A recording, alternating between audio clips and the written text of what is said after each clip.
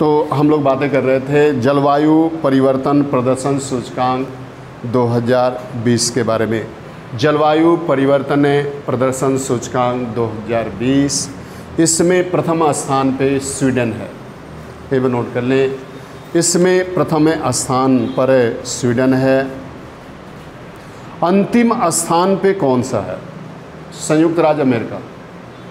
अब सोचिए, इतना बड़ा विकसित देश, लेकिन पर्यावरण के प्रति उसको कोई चिंता नहीं। उसको पता है कि अगर हम पर्यावरण को देखेंगे तो हमारा विकास थम जाएगा, हमारा विकास रुक जाएगा। हम कंपनियों से धुआं निकालना बंद कर दें तो हमारी कंपनियां मैन्युफैक्चरिंग करना छोड़ देंगी और फिर हमारा विकास क्या हो जाएगा? रुक जाएगा। इसमें अंतिम स्थान पर यूएसए है। आगे नोट कर ले। भारत का इसमें 9वां स्थान है। पर्यावरण के मामले में भारत बेहतर प्रदर्शन कर रहा है।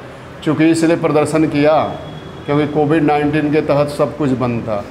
गंगा भी साफ़ हो गई, पर्यावरण भी, प्रदूषण भी साफ़ हो गया। लगभग एक तरह से बहुत ही लोग घर से निकले ही नहीं, कुछ उत्पादन ही नहीं हुआ, सब कुछ लॉकडाउन में ठप हो गया। रेलवे इतना ज़्यादा कार्बन उत्सर्जन करता है, रेलवे भी बंद हो गया। ये दुनिया के इतिहास में पहली बार था कि भारत का रेलवे बंद हो गया हो जब से शुरू हुआ हो। तो अब ये स्वाभाविक है कि प्रदर्शन सूचकांक में बेहतर होगा। और भारत कौन सा स्थान हासिल किया? 9वां स्थान हासिल किया। आगे देखते हैं। अब यहाँ पे देखें, ओपेक तेल निर्यातक देशों का एक संगठन है। जितने भी दुनिया में तेल, पेट्रोलियम पदार्थों की आपूर्ति की जाती है उसको ओपेक ही आपूर्ति करता है।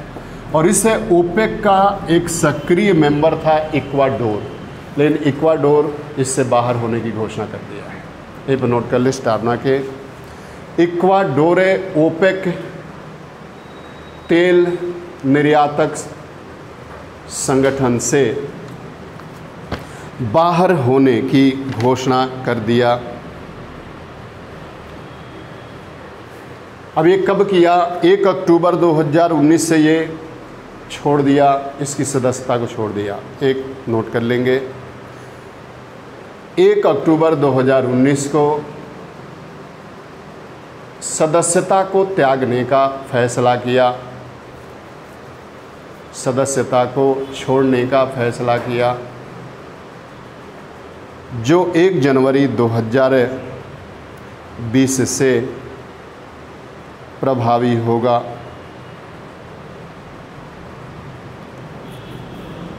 होगा।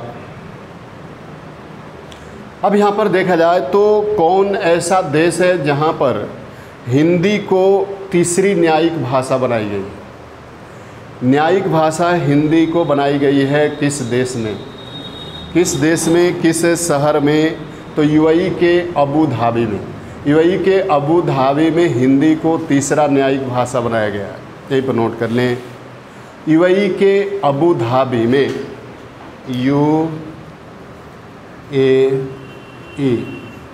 यूएई के अबू धाबी में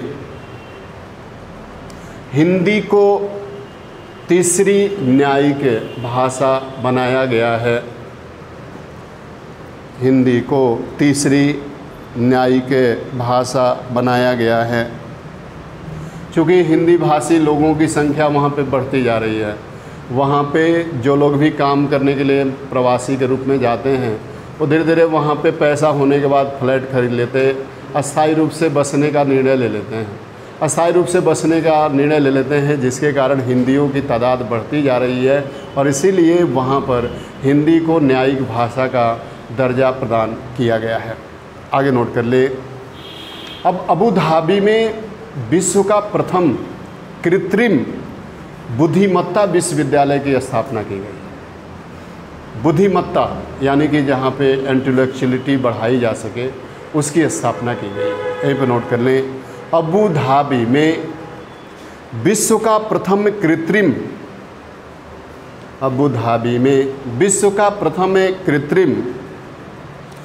बुद्धिमत्ता विश्वविद्यालय की स्थापना की गई है।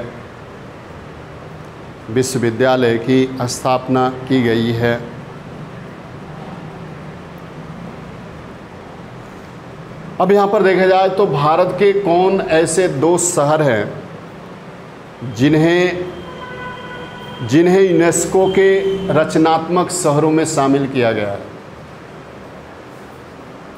Constructive cultural city of India, 2 शहरों को यूनेस्को ने शामिल किया है, तो इसका आंसर है मुंबई और हैदराबाद। यहीं पर नोट कर लें, मुंबई और हैदराबाद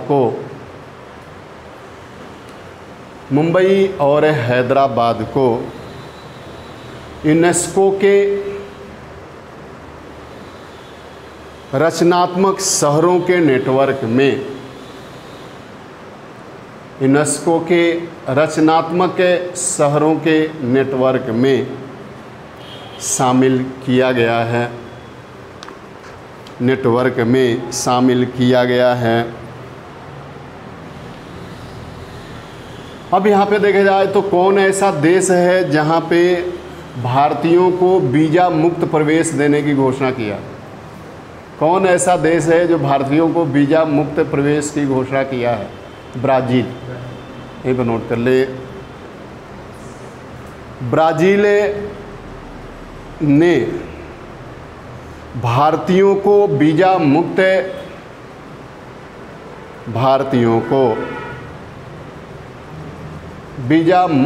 प्रवेश देने की घोषणा ब्राज़ील में किया है। भारतीयों को वीज़ा मुक्त प्रवेश देने की घोषणा ब्राज़ील ने किया है। अब यहाँ पे देखा जाए, जो लोग भी ब्राज़ील में पर्यटन के दृष्टिकोण से और व्यवसायिक उद्देश्य से जाना चाहते हैं, उनको वीज़ा देने की आवश्यकता नहीं है। ये भी नोट कर लें, ब्राज़ील ने व्यवसायिक और पर्यटन के उद्देश्य से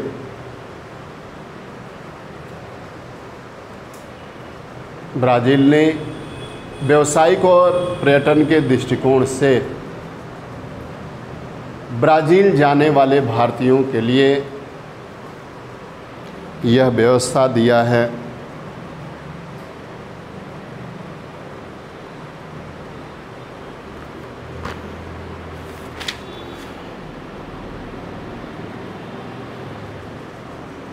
आगे है और वो है, कौन ऐसा देश है जहां पर संयुक्त राष्ट्र संघ का शांति मिशन समाप्त कर दिया गया है?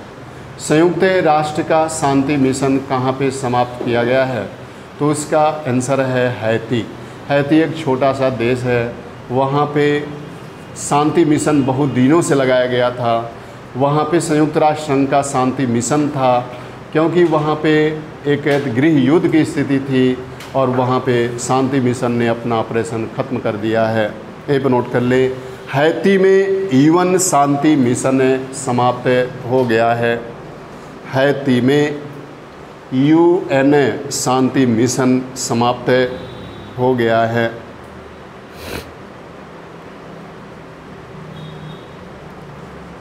आगे है वैश्विक भूखमरी सूचकांक 2019।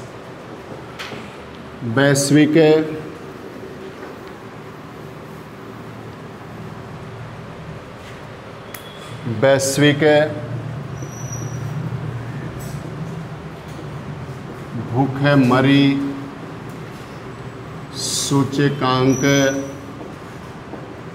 2019।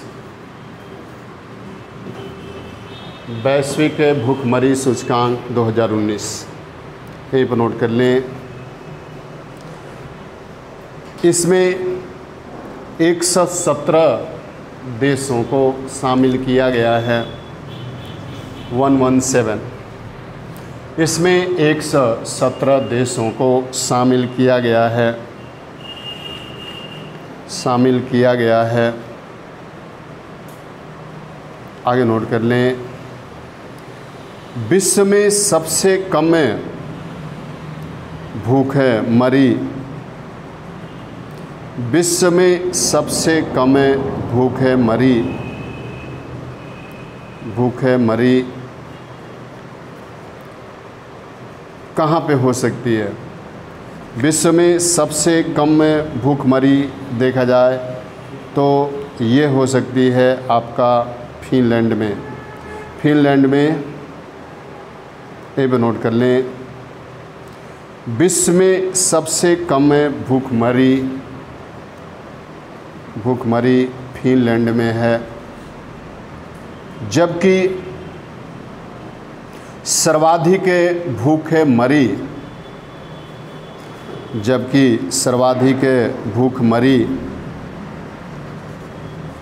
भूखमरी मध्य अफ्रीकी गणराज्य में है, सेंट्रल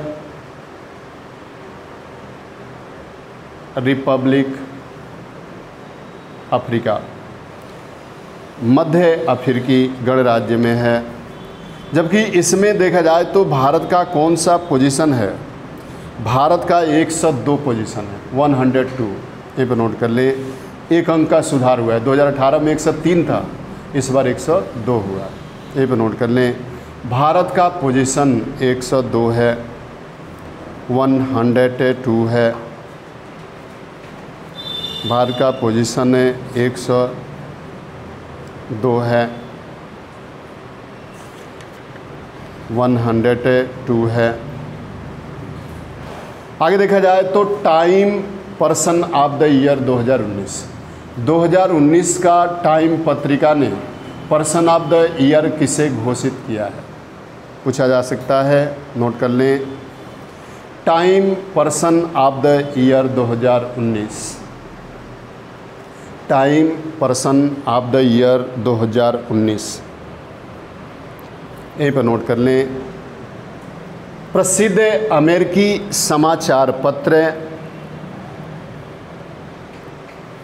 टाइम ने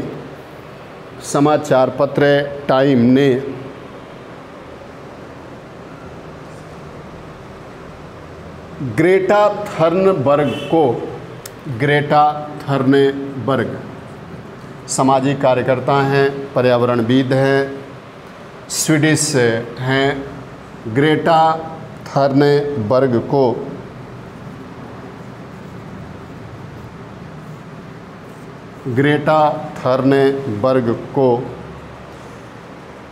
पर्सन ऑफ द ईयर घोषित किया है। पर्सन ऑफ द ईयर घोषित किया है। ये कहाँ के रहने वाले हैं, स्वीडन के, और ये सबसे दुनिया के युवा हैं। 16 वर्ष की आयु में ही ये खिताब जीते हैं।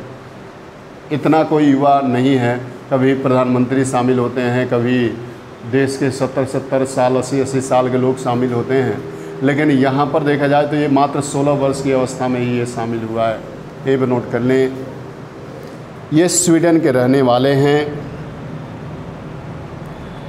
और 16 वर्ष की आयु में इस सम्मान को पाने वाले 16 वर्ष की आयु में इस सम्मान को पाने वाले सबसे युवा व्यक्ति हैं, सबसे युवा व्यक्ति हैं। अब हम लोग कुछ सम्मेलन की चर्चा कर लेते हैं, कुछ प्रमुख सम्मेलनों की चर्चा कर लेते हैं। कौन कौन से सम्मेलन कहाँ पे आयोजित किए गए हैं उनके बारे में बातें कर लेते हैं। अंतर्राष्ट्रीय सम्मेलन,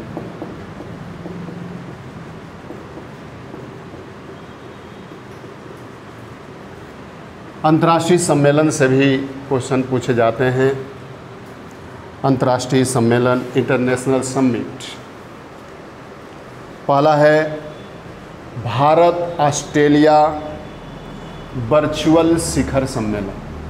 ये नोट कर ले, भारत ऑस्ट्रेलिया वर्चुअल शिखर सम्मेलन। ये नोट कर लें,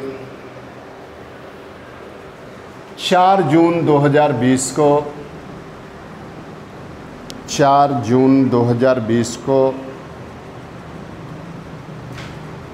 भारत और ऑस्ट्रेलिया के प्रधानमंत्रियों के बीच,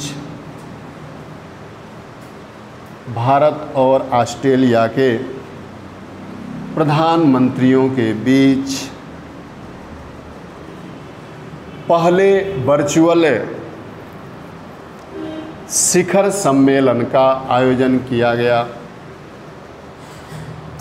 पहले वर्चुअल शिखर सम्मेलन का आयोजन किया गया।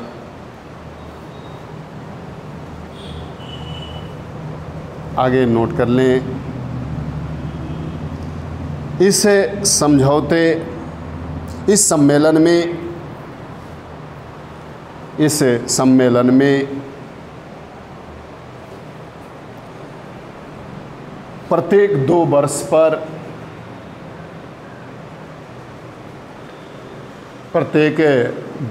पर दोनों देशों के 2 वर्ष पर दोनों देशों के विदेश मंत्री तथा रक्षा मंत्रियों के बीच,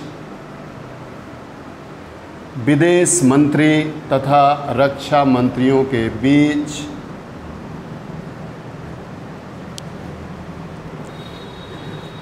2+2 वार्ता, 2+2 डायलॉग, 2+2 वार्ता आयोजित की जाएगी। 2+2 वार्ता आयोजित की जाएगी। आगे है और वो है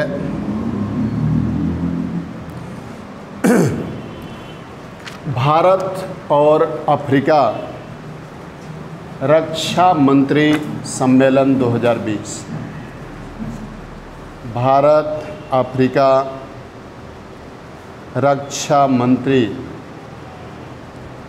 सम्मेलन 2020,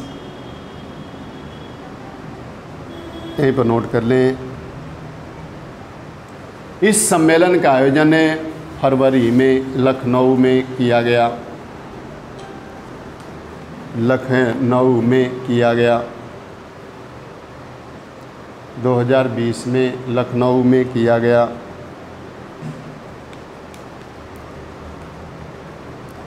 आगे नोट कर लें। अगला है संयुक्त राष्ट्र जलवायु परिवर्तन सम्मेलन 2019। संयुक्त राष्ट्र जलवायु परिवर्तन सम्मेलन 2019। जलवायु परिवर्तन सम्मेलन 2019, यही पर नोट कर लें। दिसंबर 2019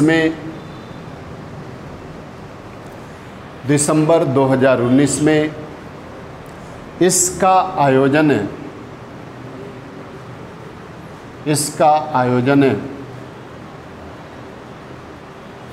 स्पेन की राजधानी मैड्रिड में किया गया।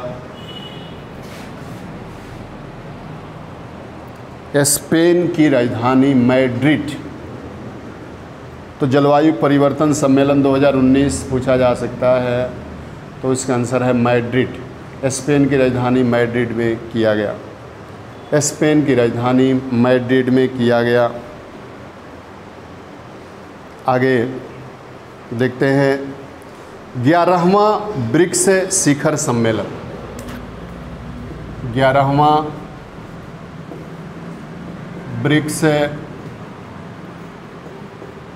शिखर सम्मेलन।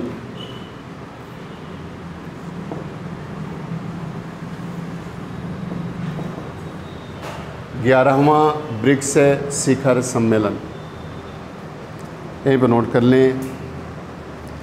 नवंबर 2019 में इसका आयोजन ब्राज़ील की राजधानी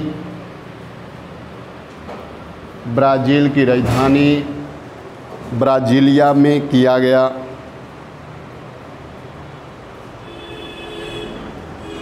ब्राज़ील की राजधानी ब्राज़ीलिया में किया गया।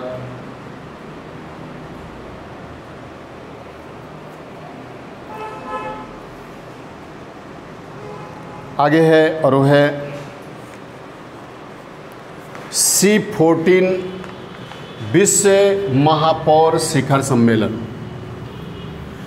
दुनिया के सभी मेयरों का सम्मेलन हुआ जिसका नाम दिया गया है C40 विश्व महापौर शिखर सम्मेलन। महापौर शिखर सम्मेलन 2019। इसकी आयोजन डेनमार्क की राजधानी कोपेनहेगन में हुआ। ये भी नोट कर लें, इसका आयोजन डेनमार्क की राजधानी कोपेनहेगन में किया गया। कोपेनहेगन में किया गया। इस सम्मेलन में देखा जाए तो भारत के 5 शहरों के मेयरों ने हिस्सा लिया। ये भी नोट कर लें, इस सम्मेलन में भारत के 5 शहर दिल्ली, जयपुर, कोलकाता,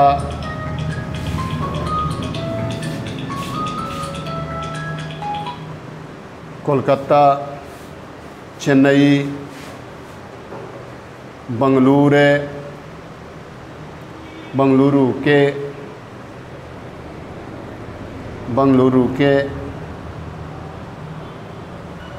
मेयरों ने हिस्सा लिया।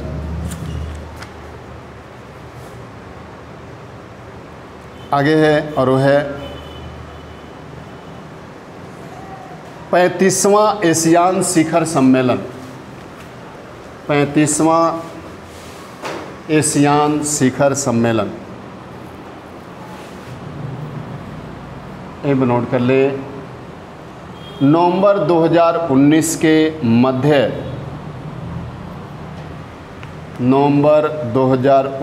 मध्य एशियान का 35वां शिखर सम्मेलन थाईलैंड के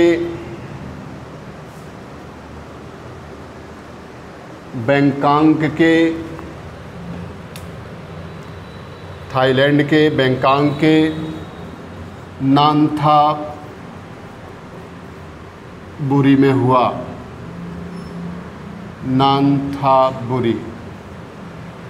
नानथाबुरी में आयोजित किया गया।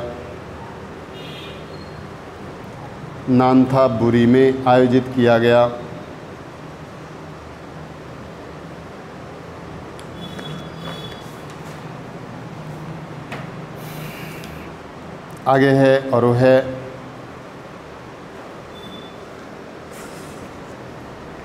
कुछ अंतर्राष्ट्रीय निर्वाचन को देख लेते हैं। कौन किस देश का प्रधानमंत्री बना है, यहाँ से भी कभी कभी सवाल पूछ दिए जाते हैं। तो देखते हैं अंतर्राष्ट्रीय निर्वाचन में नोट कर लेंगे। 9 अगस्त 2020 को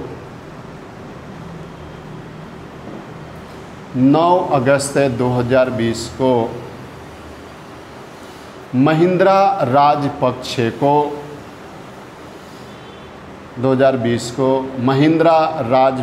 को श्रीलंका का पुनः प्रधानमंत्री चुन लिया गया।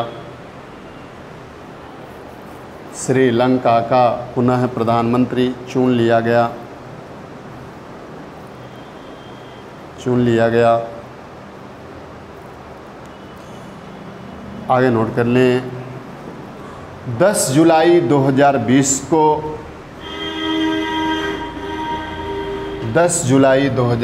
को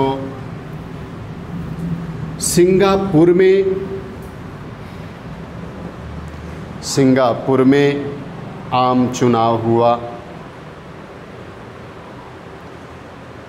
जिसमें ली सियन लुंग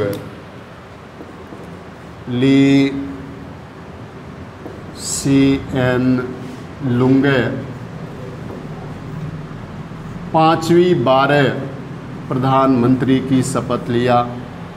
ली सियन लुंग 5वीं बार प्रधानमंत्री की शपथ लिया।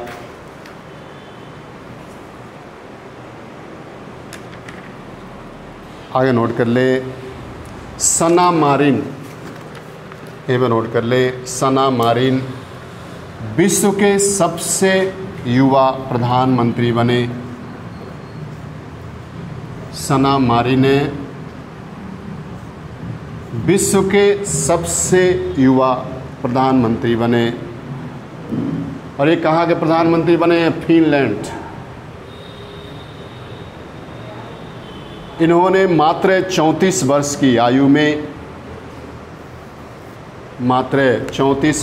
आयु में फिनलैंड के प्रधानमंत्री का पद प्राप्त किया। तो विश्व में किसी भी देश के युवा प्रधानमंत्री हैं कौन? सना मारिन, 34 साल। सना मारिन सबसे पहले युवा प्रधानमंत्री कौन थे? राजीव गांधी। 40 वर्ष की अवस्था में बने थे, लेकिन ये किस वर्ष की अवस्था में बन गए? 34। नोट कर लें, ये किसी भी देश के सबसे युवा प्रधानमंत्री हैं।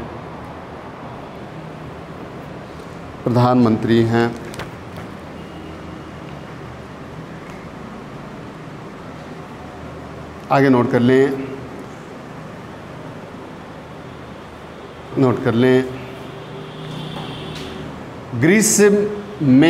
Greece, Europe. ग्रीस में पहली महिला राष्ट्रपति, किसी ग्रीस की पहली महिला राष्ट्रपति हैं। इनका नाम थोड़ा सा टेढ़ा है, लेकिन पूछा जा सकता है। कैटरीना तो सीधा ही है। कैटरीना सकेलो, इसके बाद वाला कठिन है।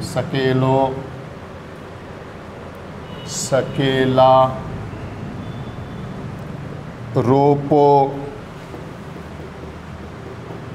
रोपो उलाऊ।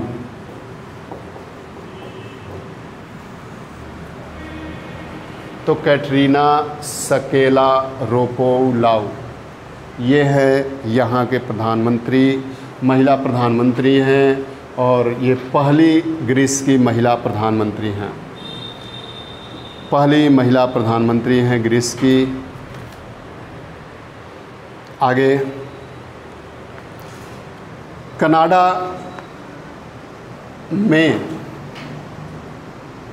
कनाडा में जस्टिन ट्रूडो, कनाडा स्टार बना के, कनाडा में जस्टिन ट्रूडो पुनः प्रधानमंत्री चुन लिए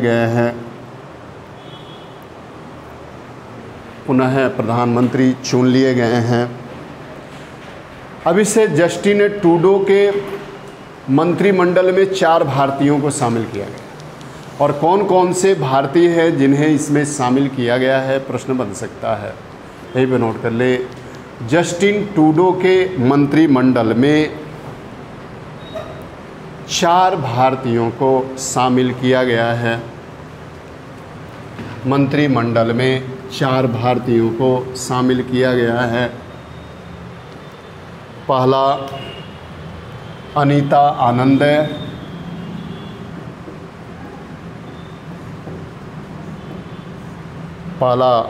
आनंद,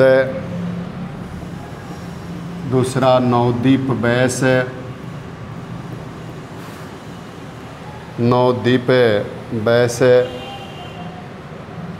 अगला बर्दिश चग्गर,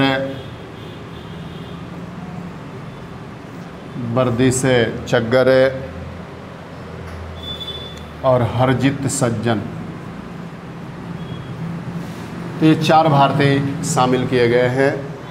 जिसमें एक महिला भी है जिनका नाम क्या है, अनीता आनंद। अनीता आनंद महिला हैं, उनको भी शामिल किया गया है। अब हम लोग कुछ अंतर्राष्ट्रीय आपदाओं के बारे में देख लेते हैं। कौन कौन सी अंतर्राष्ट्रीय आपदाएं कहाँ पे आई है, यहाँ से एक सवाल बन सकता है। फिर डाल लें अंतर्राष्ट्रीय आपदाएं। अंतर्राष्ट्रीय आपदाएं, पहला है अम्फान। अम्फान कहाँ पे टकराया था? ये जन्म तो लिया था बंगाल की खाड़ी में, लेकिन पश्चिम बंगाल में टकरा गया था, और वो है अम्फान। पहला है उष्णकटिबंधीय चक्रवात है अम्फान। ये भी नोट कर लें, यह उष्णकटिबंधीय चक्रवात है जिससे उष्णकटिबंधीय चक्रवात है जिससे बांग्लादेश और भारत का पश्चिम बंगाल प्रभावित रहा। पश्चिम बंगाल प्रभावित रहा।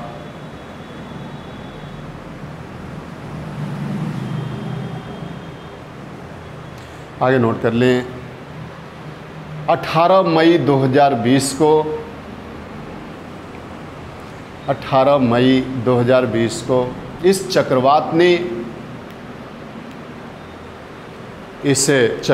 ने बंगाल में बड़े पैमाने पर तबाही मचाई। बड़े पैमाने पर तबाही मचाई। इसका नाम किसने सुझाया था? थाईलैंड ने। यह नाम थाईलैंड के द्वारा दिया गया था।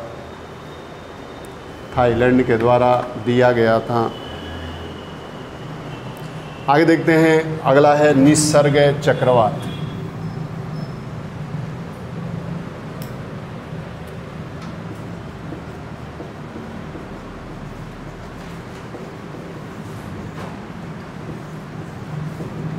निसर्ग चक्रवात, ये भी नोट कर ले।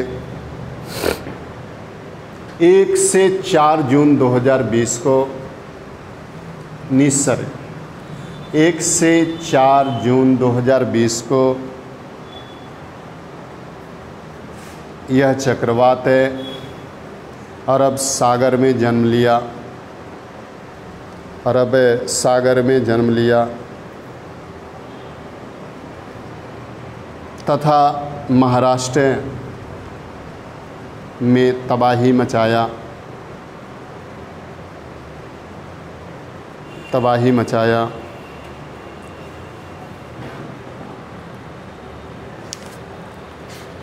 आगे है, और वो है हरिकेन डोरियन।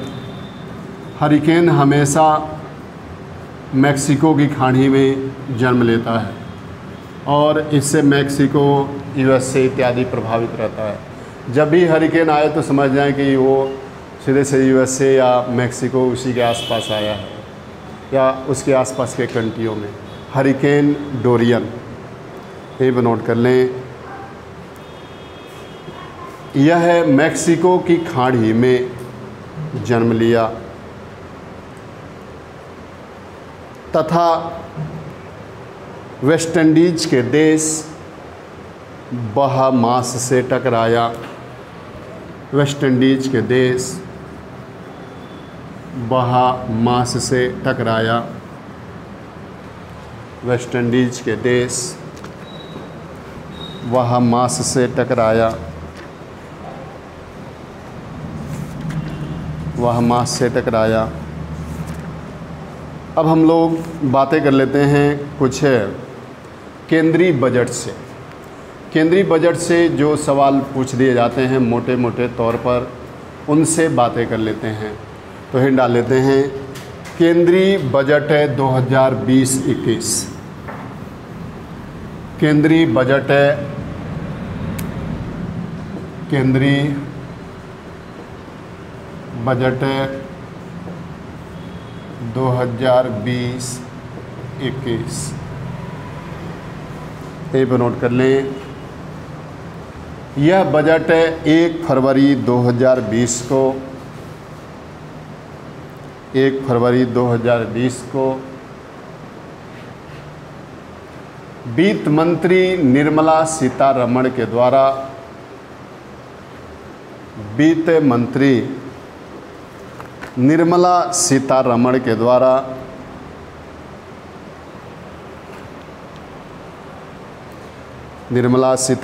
द्वारा जारी किया गया।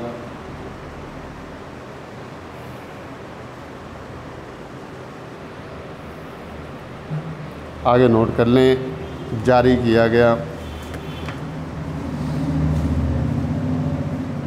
आगे नोट कर लें।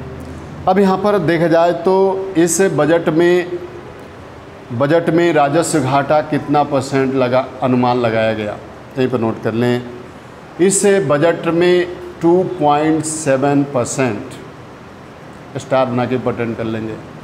इस बजट में 2.7% राजस्व घाटा अनुमानित किया गया।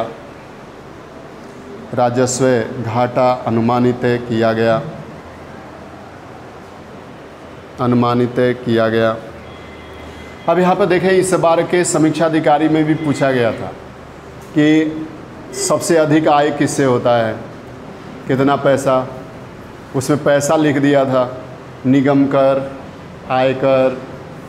तो यहाँ पे देखिए 100 पैसा में एक तरह से दशमलव पद्धति के आधार पे कैलकुलेट कर लिया जाता है, और उसी के आधार पे जो अगर 100 पैसा में अगर 18 पैसा निगम कर आ रहा है तो बहुत अधिक हो गया।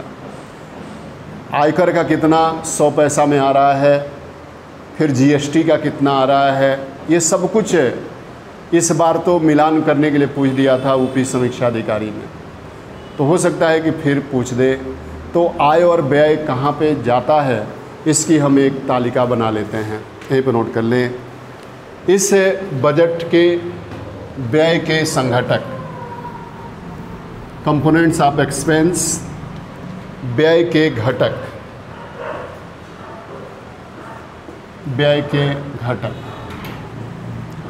यानी कि सबसे अधिक व्यय कहाँ पे हो रहा है। तो इसमें देखें सबसे अधिक व्यय कहाँ पे हो रहा है। ब्याज की अदायगी, यानी कि जो हम विश्व से ब्याज लिए हैं उस ब्याज के अदायगी पर हमारा 18% चला जाता है, 18 पैसा चला जाता है। ब्याज की अदायगी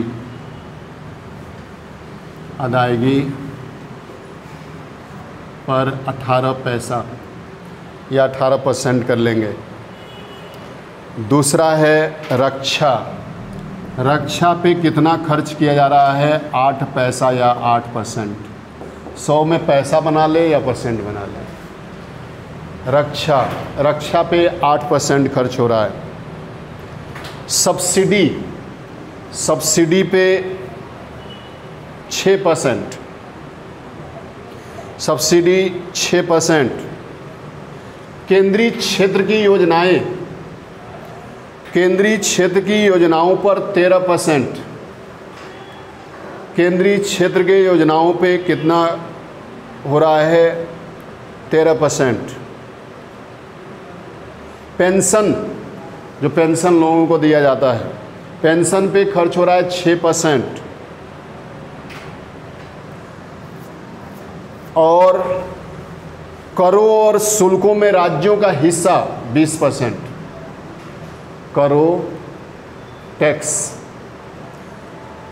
कर और शुल्कों में राज्यों का हिस्सा 20%। तो ये प्रमुख व्यय हैं जिस पर हमने बातें किया।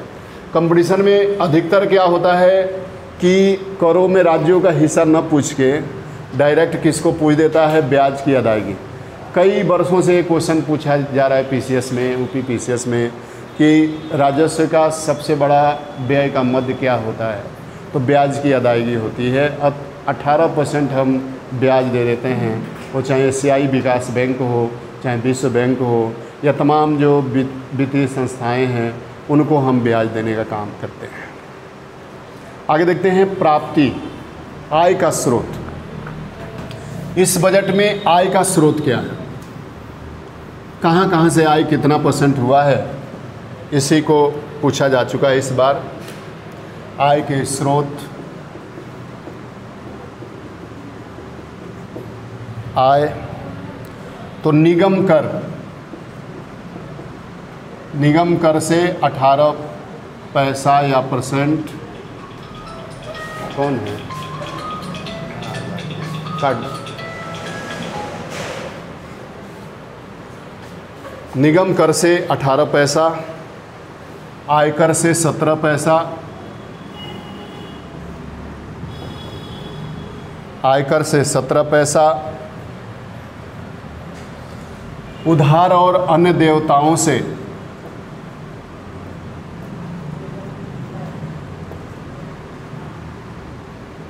अन्य देवताओं से, अन्य देवताओं से 20 पैसा। आगे जीएसटी, जीएसटी से 18 पैसा, जीएसटी से 18 पैसा।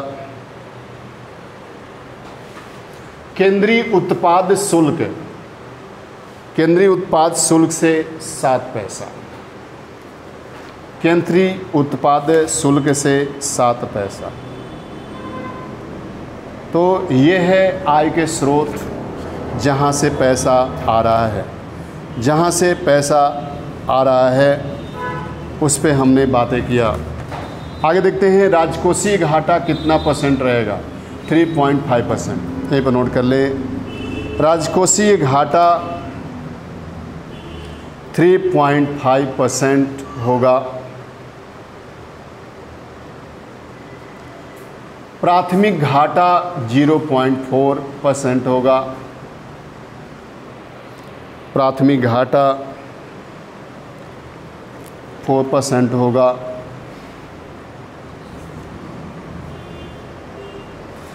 अब यहाँ पर देखा जाए तो इस बार पूछा गया था कि सबसे अधिक बजट किस में दिया गया है।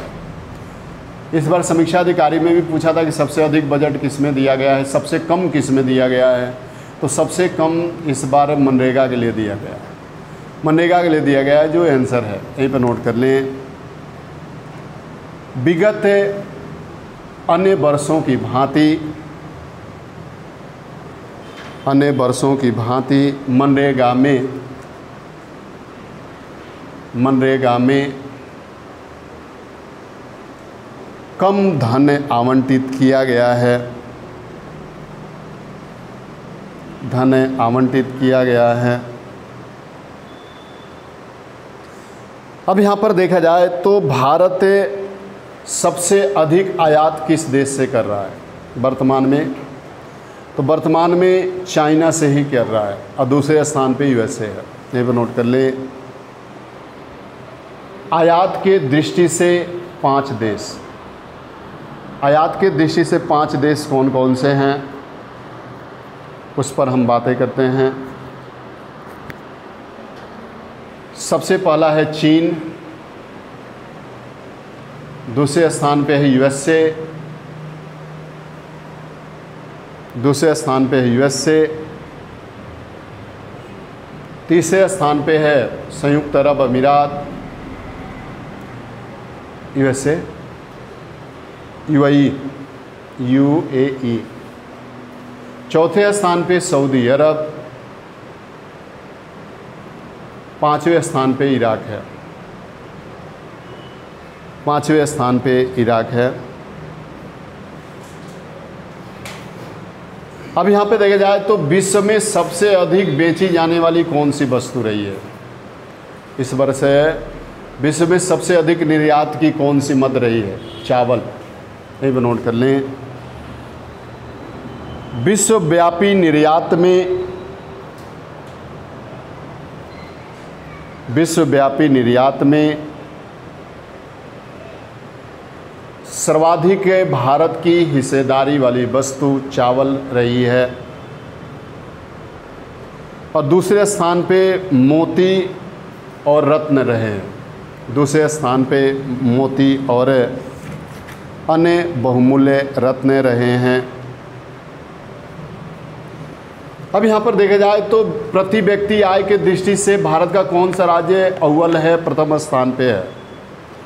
भारत का प्रथम स्थान पे कौन सा राज्य है प्रति व्यक्ति आय के दृष्टि से? तो गोवा है।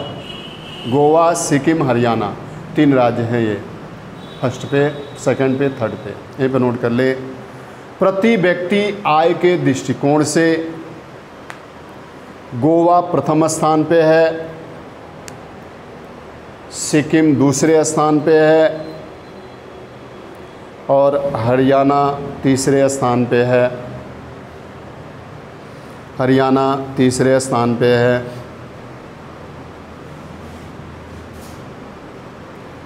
तीसरे स्थान पे है। अब यहाँ पर देखा जाए तो दिल्ली का देखा जाए केंद्र शासित प्रदेशों में प्रथम स्थान है। ये भी नोट कर लें। केंद्र शासित प्रदेशों में दिल्ली का प्रथम स्थान है। केंद्र शासित प्रदेशों में दिल्ली का प्रथम स्थान है।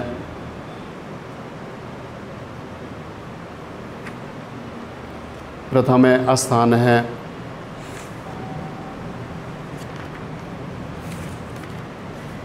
तो इस तरह हमने बातें किया कुछ बजट से जुड़े हुए सवालों के बारे में।